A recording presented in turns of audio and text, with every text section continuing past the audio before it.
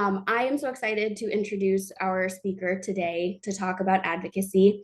Amelia Williams is a graduate student in the Master of Public Health program at Purdue University and a rare disease patient advocate living with Ehlers-Danlos syndrome, gastroparesis, and narcolepsy.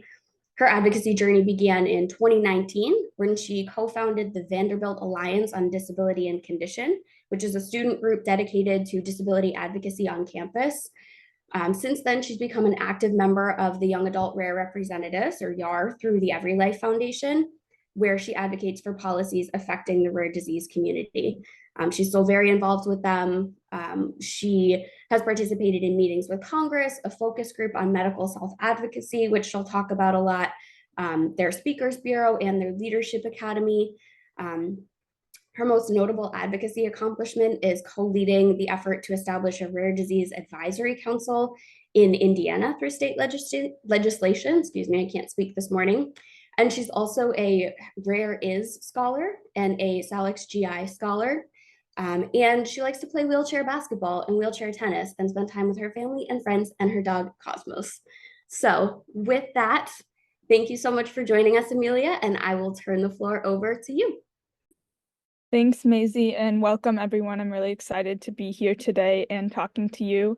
My hope for this is that wherever you are on your advocacy journey, whether it's just getting started in the doctor's office or really in your personal life or wanting to move on to like Capitol Hill or in your state legislative advocacy, I'm hoping that you can take something away from this presentation today and get started on whatever your next step might be. So to give a little outline of our presentation today, I'm going to sort of start by introducing myself a little more in depth than what Maisie did, but not too much, just a little of my story, and then talk about some keys to advocacy. These are things that you're going to need no matter what kind of advocacy you're doing. And then we'll dive more into the specifics of both personal and community patient advocacy before giving you some time to ask some questions and get some answers to whatever you might be wondering. So with that being said, I am going to move into a little bit about me. So I'm from Indiana. So a lot of the state advocacy that I'll be talking about is centered in Indiana because that is where I've been grown up and where I live currently. I got a bachelor's of science in public health from Purdue and am currently pursuing a master's of public health and PhD, focusing on child maltreatment prevention and intervention, specifically for kids with disabilities. That being said, I currently work as an elementary school paraprofessional, which gives me some perspective on what educational advocacy can look like. And as Maisie mentioned, I've done quite a bit of advocacy within the legislative system. I co-founded the Indiana Rare Coalition, and the main thing that coalition has done is lead the effort to establish a rare disease advisory council in Indiana. And then I've also worked with the Every Life Foundation, which is the foundation I'm representing today as a young adult rare representative, and done several programs through them, Speakers Bureau, the Leadership Academy, and then also spoken on Capitol Hill to senators and representatives a number of times. So with that being said, I'm going to talk about a little bit about my story to get us started, and so you know what background I'm coming from.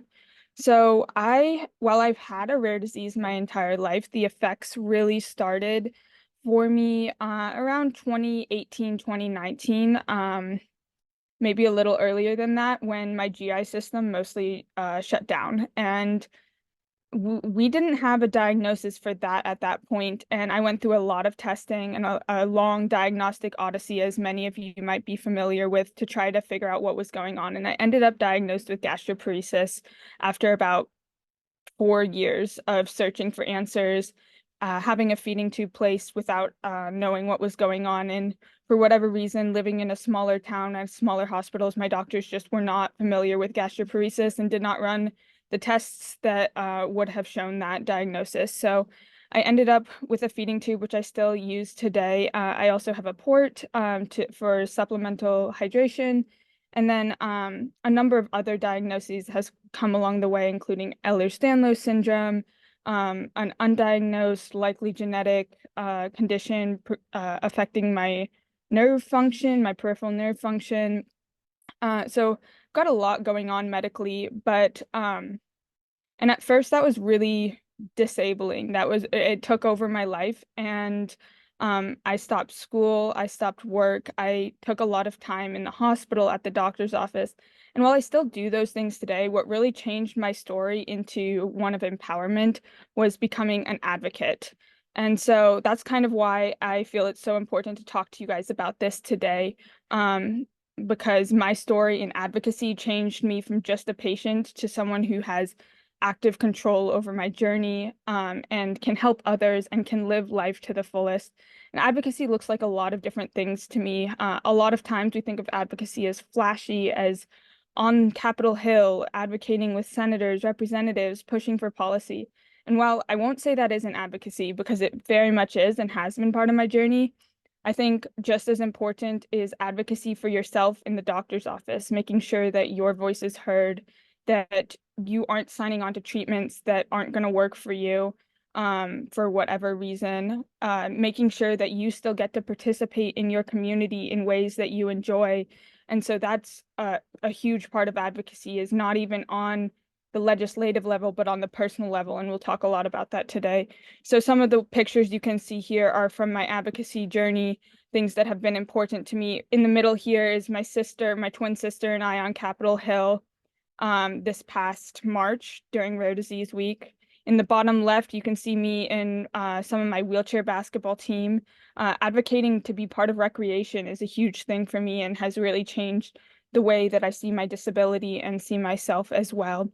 On the top left is in the Indiana State House. My sister and I were testifying to try to get the RDAC bill passed, and so that was a picture following one of the hearings on that.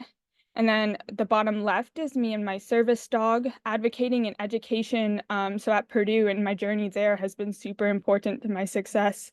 And then finally, on the top right is me and several fellow YAR members during Rare Disease Week. That was a year ago, so also in Washington, D.C. And so advocating to have a community as well is very important. So all of these different things are how advocacy can tie into your life.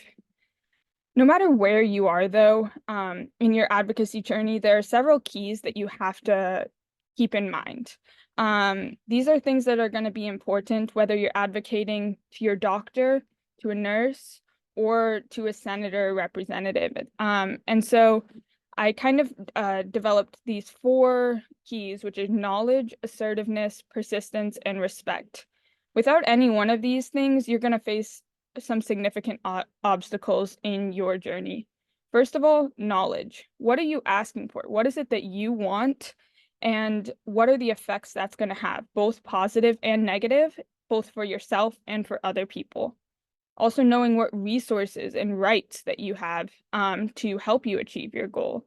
What alternatives would you be willing to, or to be satisfied with? And what might other people object to?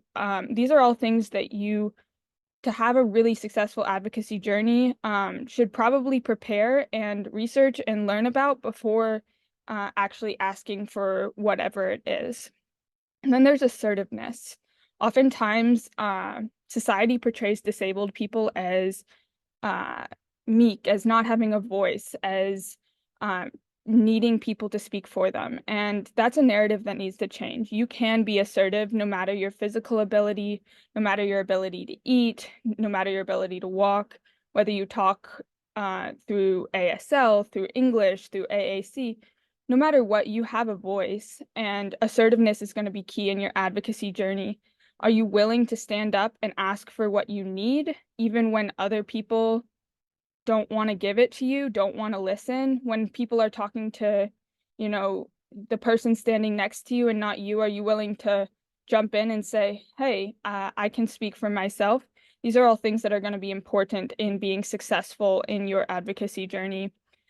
And part of this assertiveness is thinking about resources too. What resources and supports can you bring along? What do you need to stay calm, to stay focused, and stay confident? Because it is going to be hard. You are going to face resistance, and sometimes it's preparing ahead of time, both mentally and physically, to expect that resistance and then to manage that resistance in a way that still keeps you moving forward towards your goal. And then sort of tying into assertiveness is persistence. When you face that resistance, how will you keep going? How can you plan for that? Then you also have to ask, how important is whatever you're asking for? How important is it to you? Because certain things will be more important than others, and you only have so much time, you only have so much energy, and you have to prioritize whatever it is that you are wanting the most. And then the final question that I kind of have under persistence is, what resources are you willing to dedicate? This speaks to that finite energy, finite time, finite money. Some things, even though they're wrong, even though they're unjust, may not be worth your time. And that's part of learning to be an advocate, is learning what things do I need to ask for and what things should I maybe take a step back from and let it slide this one time, while acknowledging to myself and maybe to my family, this is unfair and this is wrong, and maybe tomorrow I'll get to fight this fight, but these other ones are more important. And then our last one is respect. A lot of people come to advocacy passionate, and that's a good thing. You need passion because you need to be persistent, and passion drives persistence. But you also need to be respectful. I promise you, people are going to listen much, much more if you are calm and respectful and you listen to them too. And then you speak your needs with evidence to back you up. And so a lot of what we talk about with respect and advocacy is, how will you stay true to your values even when you face resistance? Even when people aren't respectful to you, how can you stay respectful? And then this isn't to say, though, that you shouldn't be assertive. Respect is not always backing down or giving in or agreeing with other people. There's a way to respectfully disagree with others and assert yourself. And that's a balance. It's going to take practice. It's going to take time. But one little tidbit or strategy I use is, if I feel my heart racing, if I feel myself getting worked up, the conversation is going to continue even if I take a second to take a breath. So I'll take a breath, I'll count to 5, I'll count to 10, and then I'll say what I'm going to say. And I'm just a little more regulated, a little less reactionary. And that can really help drive the conversation forward rather than throw it off the rails because everyone's yelling at each other. So that's another important key to advocacy. With those in mind, I'm going to move into personal patient advocacy. So this is really, in your personal life, what can you do to advocate for yourself, or if you're a caregiver, to advocate for your child or spouse or loved one. So this is not yet the community level, which we'll get to later, because these are sort of the foundation. If you aren't taking care of yourself, if you aren't speaking up for your needs, you probably aren't ready to speak up at the community level. That's not to say you can't, but this is always a good place to start. So with that, this is kind of the advocacy process, and it really applies to both personal and community advocacy, but a lot more in personal advocacy because you have to know a little bit more on the individual level to be able to advocate for what you need. And so the process is, first, you need to know your rights. What are people required to give you, help you with, do, and what aren't they? What are more asks that are above and beyond versus legal requirements? And then the second part is know your resources. Who can help you make sure your rights are followed? Who can help you advocate for your needs and wants above and beyond what you are entitled to? And how can you keep going? And then after you know your rights, after you know your resources and you know your ask, how can you take action? And sometimes there's specific steps that can be helpful.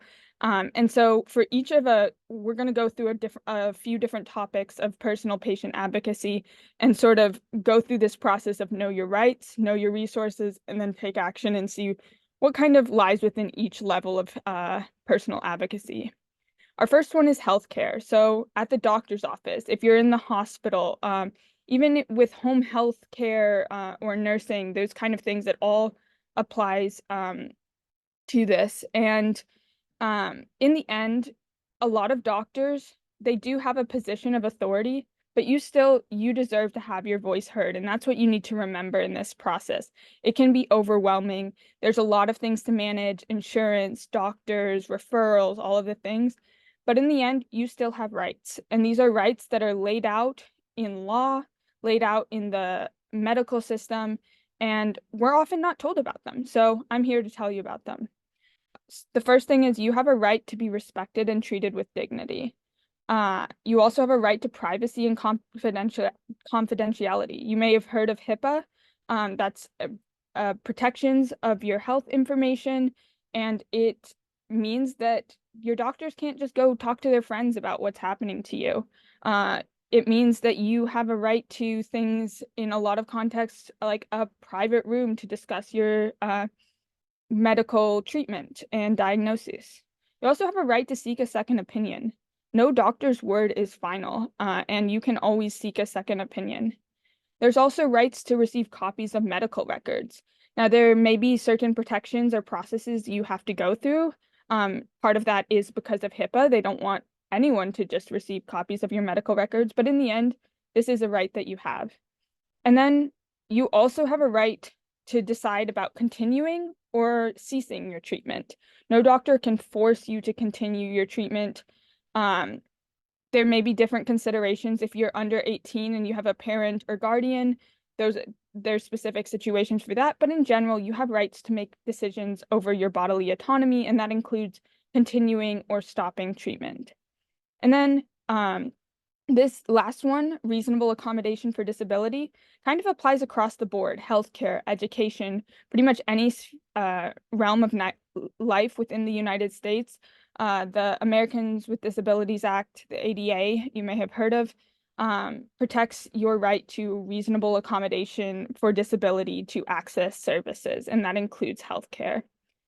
Your resources, so some of these are about finding healthcare opportunities, and some of these are about rectifying unjust situations or speaking up for your needs. This first one, patient advocates, most hospital systems will have someone you can reach out to. As part of being a patient, their services are provided, and this is their role as a patient advocate, and so their whole job is to help patients speak up for themselves, get their voice heard in conversations with doctors, and make sure that things are running smoothly and that you have a voice and your needs are being met. And so if your hospital system, though, does not have a patient advocate available, there are often nonprofits in your area or across the country that will help connect you with a patient advocate in order to help you advocate for whatever it is you may need. Another resource that is often untapped is case management through insurance. While they're not going to provide you direct medical advice, much like a patient advocate, they can sort of help mediate conversations with doctors. They can help you find doctors to be referred to if, say, you need a second opinion. So I know in my case, I've worked with insurance case management because we needed a specific type of doctor, and I was pretty overwhelmed and couldn't make all the calls myself. And so my case manager helped me make the calls to get those referrals set up. You will have to give some permissions and whatnot, and it is in the end a service that you can choose to opt into or not, but this is often something that is available to you if you need that help. There's also a lot of online resources to help you know your rights, to help you know what resources you can tap into to get second opinions, to push for change. And so some of these, the Oley Foundation, the host of this webinar, has a lot of resources on their website.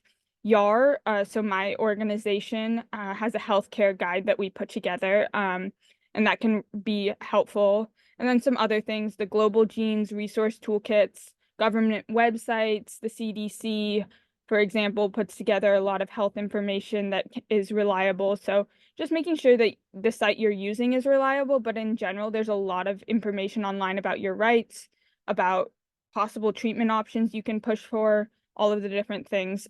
So that's always a good thing to tap into. And then through the ADA, every state has an advocacy organization that you can connect to. And this can be helpful in a number of ways, but one particular use is if you feel that your right to reasonable accommodation for your disability has been violated in some way, connecting with your advocacy organization, they will push for that to be changed, to be rectified. You can even start a legal case if you want to with their representation, but they have a lot of informal mediation where they can help you without having to go through that whole civil legal process, which can be time consuming and energy draining. So, and the NDRN website will have a link to, you can search for your state and connect with your ADA advocacy organization. So that's a great resource. And then something that's not often talked about, but other people with your same condition that you might connect to through social media, through the Oley Foundation, through meetups, whatever it may be, those can be really valuable sources of information. Informally telling you, this doctor, he doesn't treat his patients so good, or this treatment I tried, it really worked for me. Maybe you should explore that. So all these different things that it's not formal medical advice, but it is something that can be very helpful in your journey in knowing what to push for, knowing how to ask, and whatnot. And then we come to action. And so these are just some strategies that can be really helpful in getting your needs met in the healthcare system. So one is bring a trusted friend or family member for support. Oftentimes when we're sick, it's really hard to advocate for what we need, especially when it feels really important to us. Having a trusted friend or family member there, especially if you prep ahead of time with what you're wanting, they can help be a consistent, level-headed person to just help support you in whatever way that you feel comfortable. That being said, another one of your rights is to not have somebody there. You get to choose who is at your appointment. So if you do not want your mom there, if you do not want your sister there, if you do not want your boyfriend there, you are, as an adult, allowed to say, no, I do not want you in my appointment. So that goes both ways.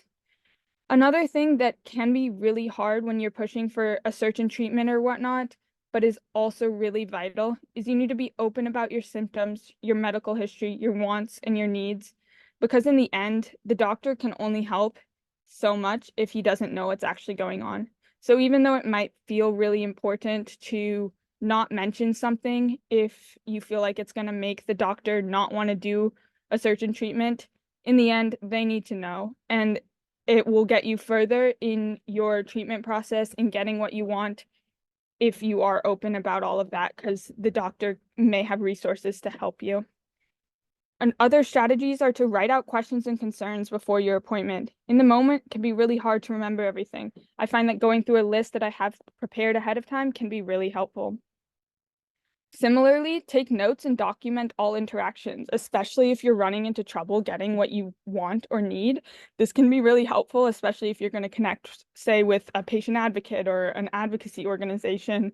Having that documentation or record of what's going on can really support getting your needs met down the line, especially because you can say, this is what happened and this needs to change.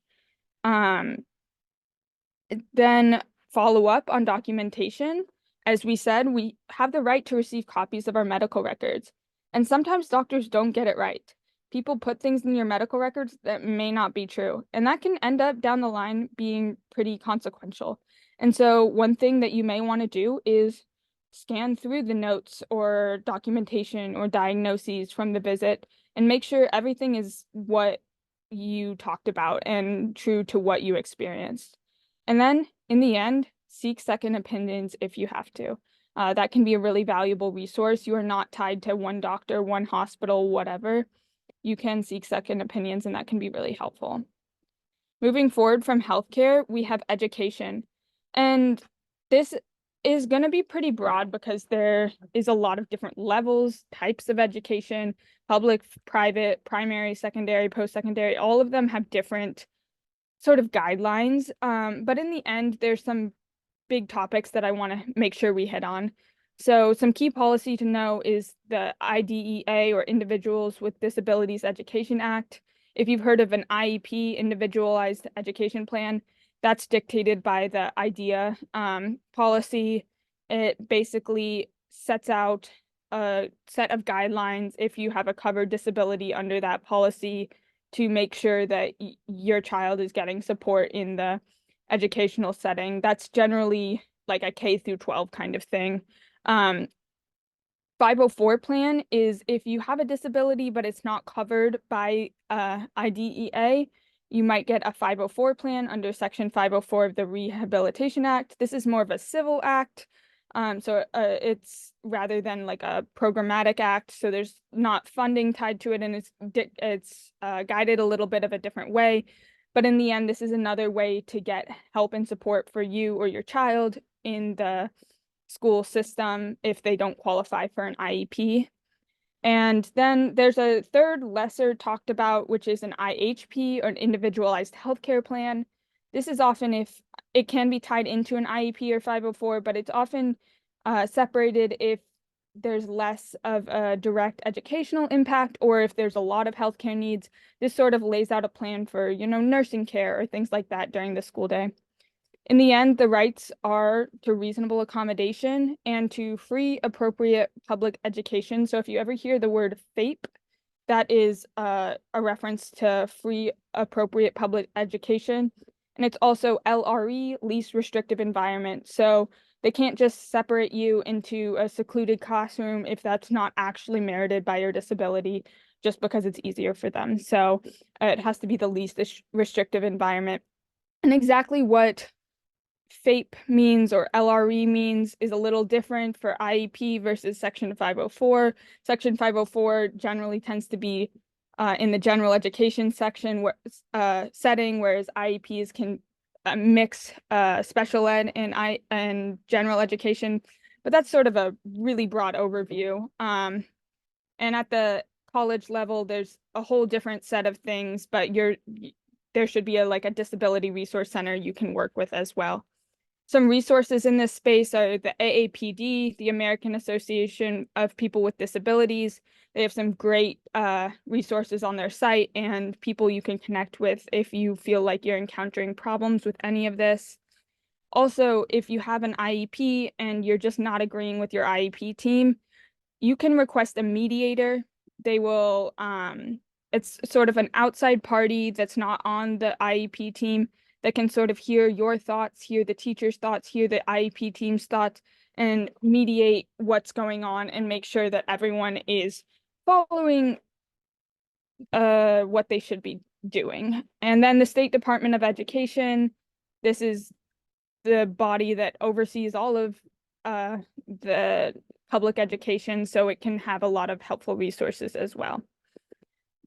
Some things to keep in mind, though, when you're taking action is you need to be ready to provide documentation of medical conditions in the IEP or 504 process. This is something that will often be asked for. In the end, though, communication. That's going to drive forward the best plan for you, your child. And this is something I've really seen. I work in an elementary school in a special education setting, and there's a dramatic difference in services that we are able to get for progress we're able to make for students who have parents who communicate with the school, who push for their child, who advocate, versus parents who don't. Granted, we do our best for every single child, but there's only so much we can do if we do not have parent cooperation or involvement. So that is a very important thing. Talk to your schools, doctors, other providers about what they think is best and how you can implement it. And then when you're thinking about accommodations, and this goes for every level, I often encourage people to think about plan for the worst and then expect the best. So, for example, for me in college, there's some accommodations I have that I do not need every time that I could use them. But there are days when I very much need them. And so having them in place at the start of the term is important so that when I do need them, I can access them. But I never have to use them if I don't want to. And so planning for the worst, making sure those supports are in place can be really helpful to make sure that your child, you are successful in your education journey. And then just some example accommodations, and you can find a lot of information through your doctor, through your teacher, and then also just online about different accommodations you can get. But I know that Oley Foundation has a lot of or is a foundation guided by serving people with feeding tubes, with central lines, those kind of things for nutrition. And so I listed a few here that might be relevant. And so some example accommodations are a plan in place for if there's a feeding tube or central line emergency. Again, you hope it never happens, but if it does happen, you want the school to know what to do. Also, nursing care. Sometimes if you need the child to have some nursing during the day, whether it's line access or feeding tube access or whatnot, that can be an accommodation.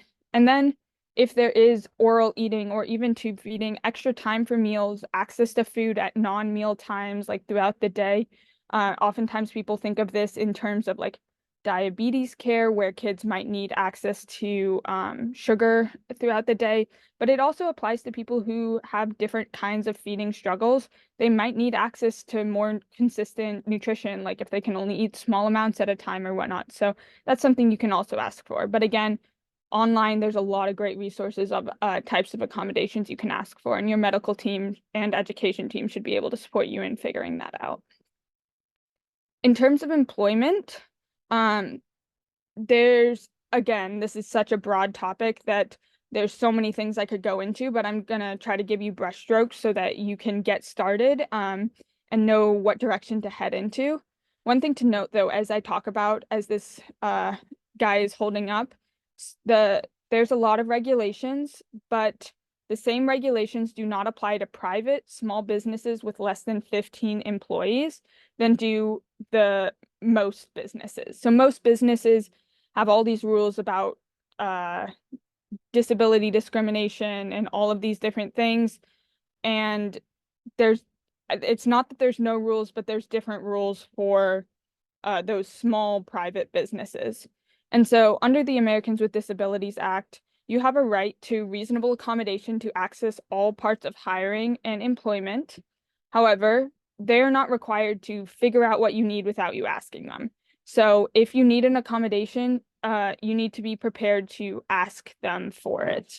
And so that can be hard to do, but it is important that you do it, especially if you feel like it's going to adversely affect your hiring or employment not to have those accommodations. That being said, something to note about the ADA is reasonable accommodation has to fit within, they can't have to dramatically change the service that they provide. So there's rules about that, and you can read up about it or talk to your state's advocacy organization or other resources. But basically, if they have to fundamentally alter the service, is the term they use, then it's not considered a quote unquote reasonable accommodation. That being said, they cannot ask you about your disability or medical conditions. However, they can ask you if you can complete the job task with or without reasonable accommodations in the hiring process. So they can't say, what's your diagnosis? But they can say, are you able to lift these 20 pounds that are required for your job?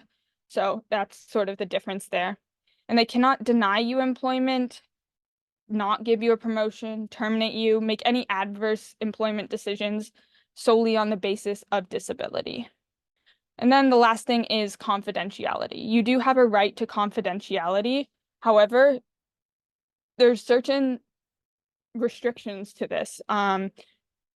If you're disclosing something in the hiring process as part of a direct question, somehow something comes up, that they have to protect. Any medical information they have to protect in that case. However, if you're just talking to someone casually and you bring it up, that no longer falls under that confidential information. So you do have to be careful about, like, if you're just talking about it, they don't necessarily have to protect that information. So there's a little bit of a difference and a fine line to walk there if you're feeling it's really important. Some of this maintains confidentiality around it. That being said, there's a whole other consideration outside the legal consideration of if your supervisor, coworkers aren't respecting your privacy and decency. That's a whole nother thing that you can think about in terms of advocacy is, do I need to advocate to leave this position or advocate for them to treat me differently. And while there aren't those same legal protections of confidentiality in that case, you do have to think about your mental health and privacy and whatnot in that sense as well. As far as some resources, vocational rehabilitation through your state. I don't know how many of you are connected with Voc Rehab, but it is a great resource if you qualify based on your disability, and they have it's a functional qualification, so you have to have impairment in certain like several life functions, from my understanding, at least in my state. So, but if you do qualify, they can support you in your employment processes in a number of ways. So some examples for me is due to my nerve condition, I drive with hand controls. They're helping me modify my vehicle so I can drive it. Putting a ramp in for my wheelchair. That's one example. They've also given me access to technology, so I need some assistive tech. They've provided me with a computer for that, for example.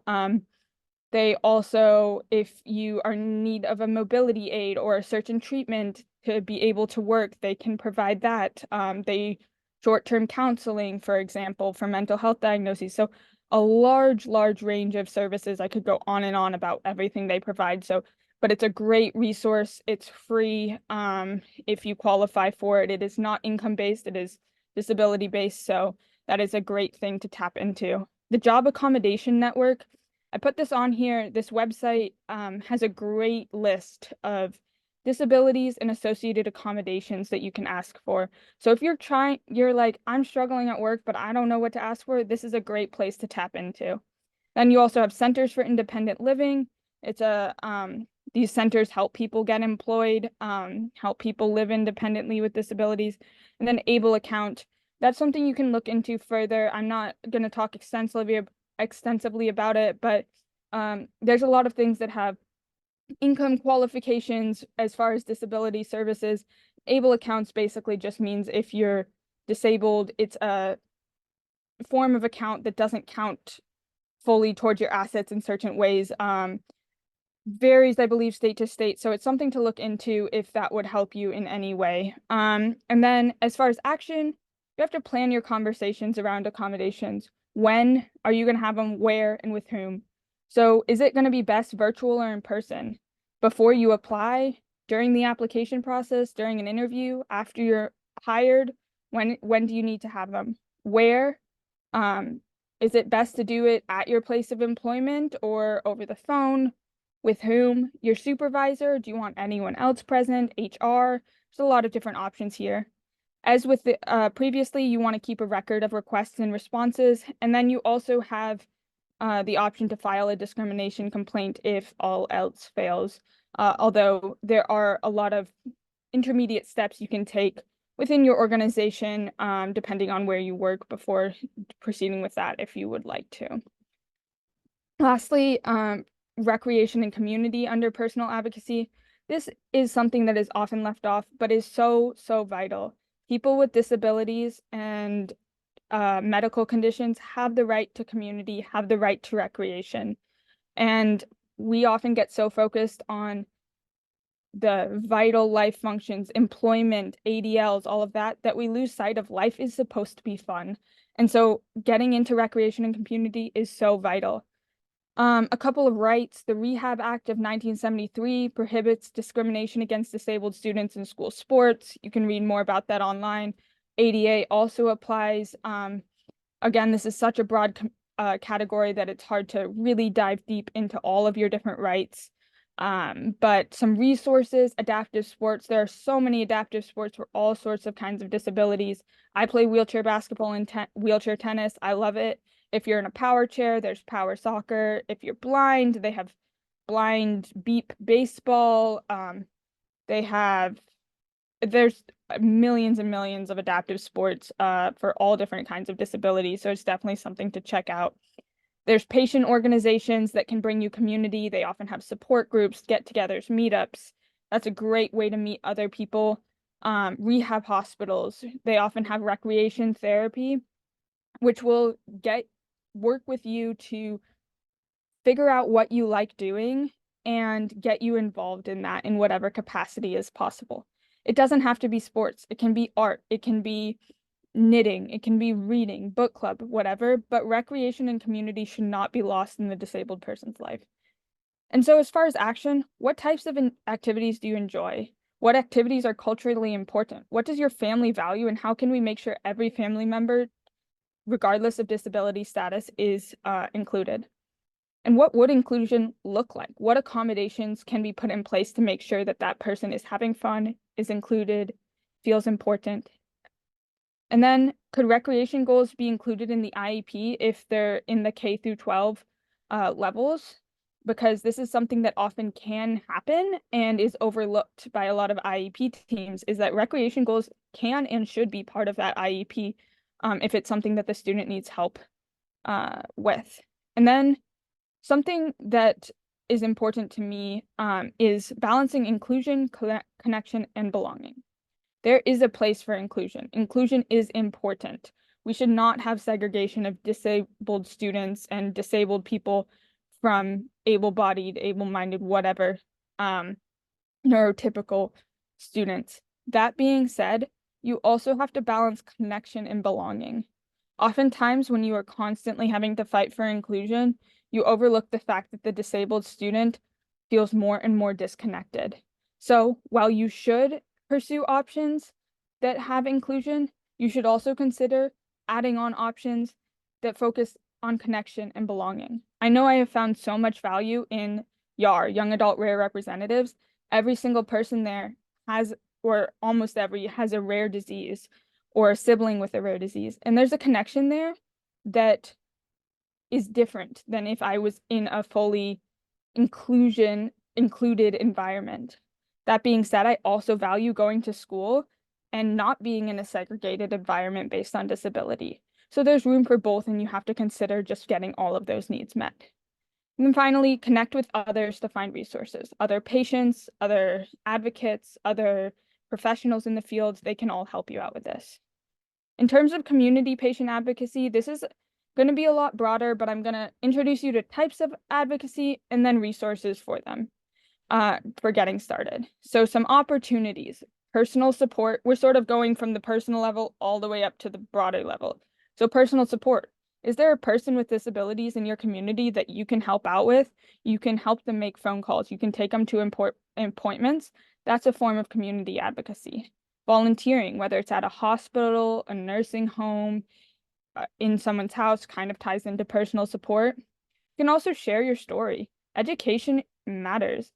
One of the big barriers to inclusion and acceptance is people just not knowing that people with disabilities, people with medical needs are just normal people. So sharing your story can be huge in making change.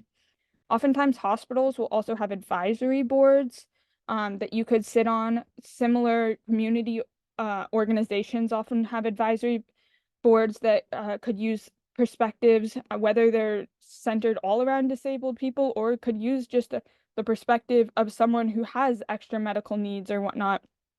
That's something to look into, a little more formal and organized than those first three. School-based advocacy. So Maisie mentioned at the beginning that I founded the Vanderbilt Alliance for Disability and Condition.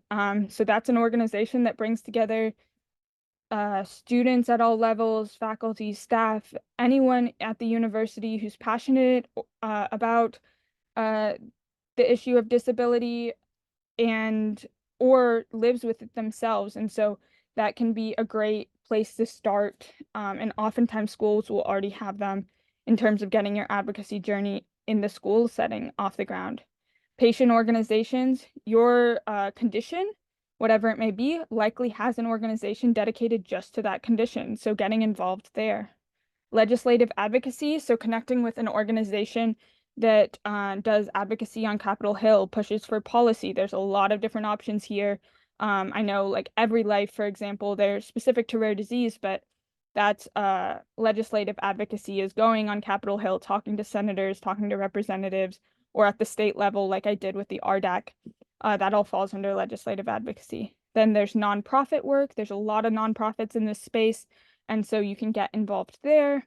Oftentimes they're looking for patient perspectives or other um, patient engagement opportunities. So that's a great way to get started.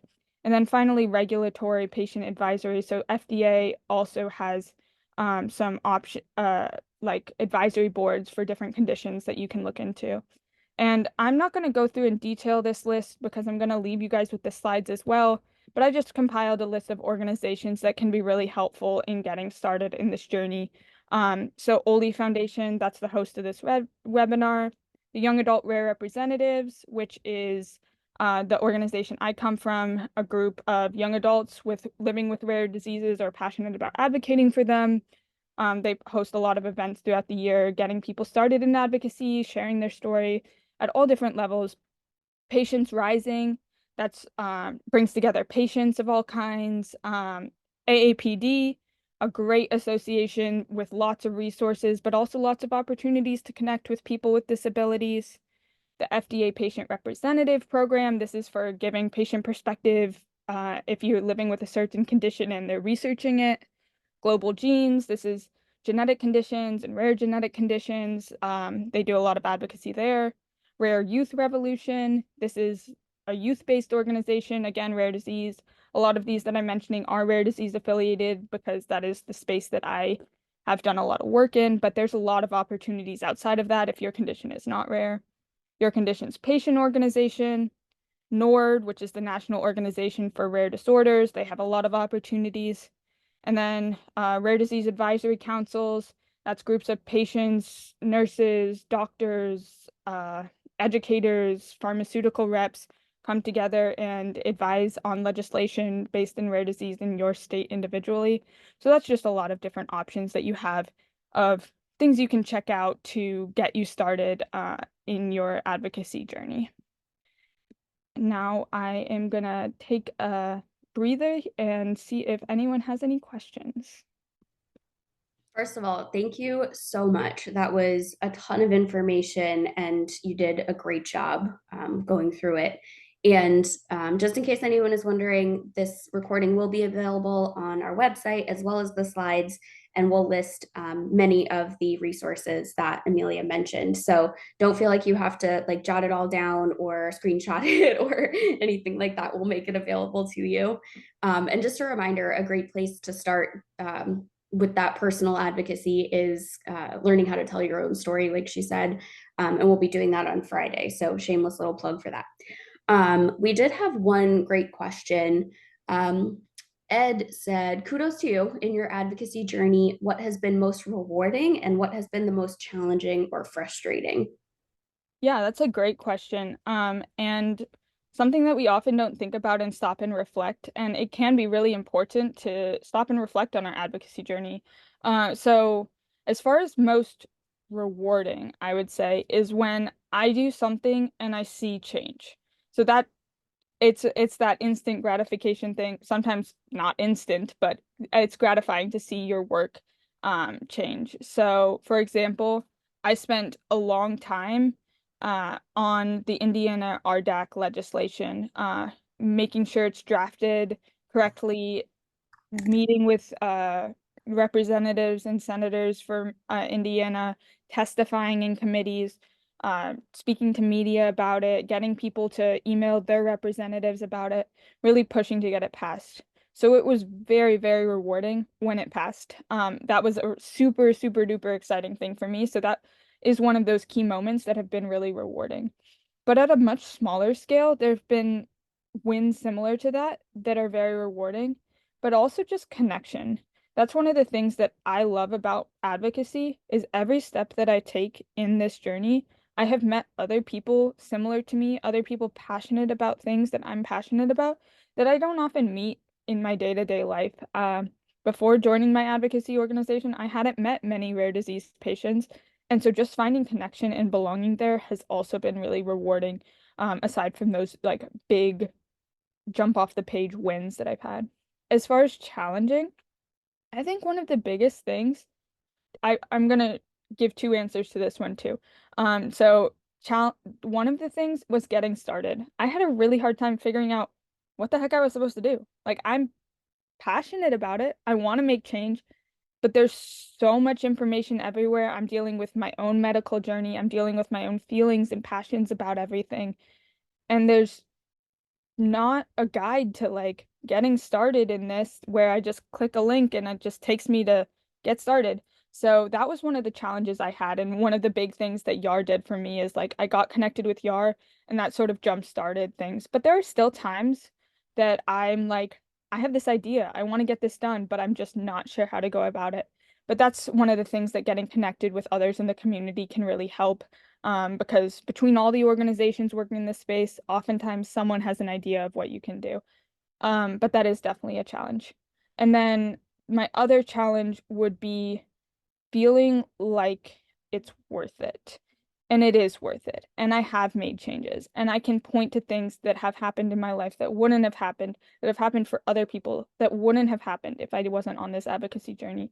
But in the moment, things can feel frustrated. You can be in a meeting on Capitol Hill and they can basically laugh you off.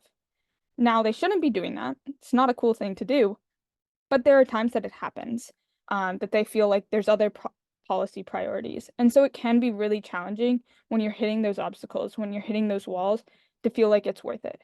And so that's another challenge that it helps to, reflect on the wins, to overcome that, to talk to other patients, to look at the glimmers and everything, even among those challenging moments.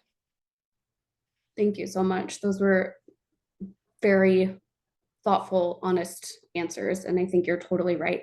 And I'm really grateful for you doing this because I feel like in doing so, you've created this amazing resource and pile of information for people to use to get started. So you're helping resolve one of your own biggest challenges. So I'm just really grateful for your time and for you being willing to share your information. Um, we have just a couple minutes. Um, I have a question. So you do a lot of work on Capitol Hill and with legislative advocacy.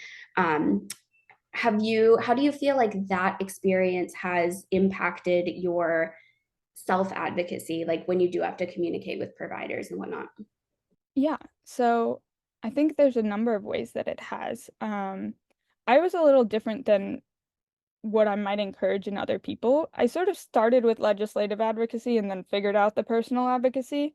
Oftentimes it's a little better to go the other direction. But that being said, I learned a ton from legislative advocacy. I learned that I have a voice and that it matters. I also learned my rights. When you're advocating for certain legislation or whatnot, you learn a lot about what current legislation says. And oftentimes it's like, I didn't know that that was a right that I had, but I have it. So that was really a great thing for me. I also just became more confident in myself, more confident that I could ask the questions that I'm asking and I could speak up for what I need. And then the last thing is resources. Resources are so important, knowing that you can reach out to this person when you need help. And some of that just comes from being a patient long enough, but some of it comes from just working in this space and knowing that so many organizations um, really exist to help you. And being connected with them. So that's a few of the things. I think I could go on and on and on about the positive impacts on my personal life, my personal advocacy that it's had, though. That's awesome. It looks like we have one time for one more question. Somebody said, when dealing with complex medical conditions involving many disciplines and various doctors, what course should a caregiver take when you're not getting the help you need from doctors, nurses, patient relations, etc.? Yeah, so that's a great question. I'm just rereading it real quick, make sure I'm getting everything. So, it sounds like a lot of the people that you are working with are within your medical system. So doctors, nurses, patient relations, social worker. So one of the things that I'd immediately try is if you feel like you've exhausted resources within that medical system, connect with an advocacy organization that's outside of that system, or connect with a whole nother hospital system and see what resources they can have. Another thing I'd suggest, it's sort of like a many-fold approach, and I'd be also happy if you wanted to reach out to me to talk to you with specific resources, but other things I would try would be connecting with other patients who have similar complex conditions. They often know great resources for exactly what you're talking about and have been through very similar things. And so that can be really, really helpful in getting those specific targeted things that you might want. And as Maisie said in the chat, info@oley.org can also be a great place to reach out if you're needing specific help. So, but sort of just walking through that process, going up, talking to your insurance, case management can be a helpful thing, talking to other patients, talking to providers outside of your hospital systems, and then patient advocacy out from a nonprofit if the patient advocacy at your hospital isn't working. Those I think would be the top 4 things that I'd start with. Awesome. I would also add sometimes we find other advocates in strange places. So like for me, my dietitian has helped me advocate, my pharmacist, like thinking kind of outside the box in terms of how to get to the end goal. But I think that's great. And like I add Amelia, one yeah, go for it. that yeah, physical therapy, awesome advocates a lot of the time, but also like voc rehab, and government services like that can be really great. My voc rehab counselor is a great advocate for me. It depends a little on the disability, on the age, whatever. IEP team at school, all of those things exactly. They are connected to resources and other kids who have similar conditions, so can be really, really great at advocating for those things, or at least knowing who to ask. Totally. And that also reminds me, we do have a network of ambassadors who focus on peer support. So if you do just want somebody to kind of connect with and talk to one-on-one, we can certainly do that. And you can connect with someone by emailing info@oley.org, and that goes to me and the whole team. So that is our time, but thank you so, so much for your time, your knowledge, your slides, your resources, everything. This was great, and I hope this was super informative for people, and I'm really excited to have this as a resource in the future. Thank you, thank you, thank you. That is all. Thank you for having me. It was great to share today. Yeah, no problem. Have a good day, everyone.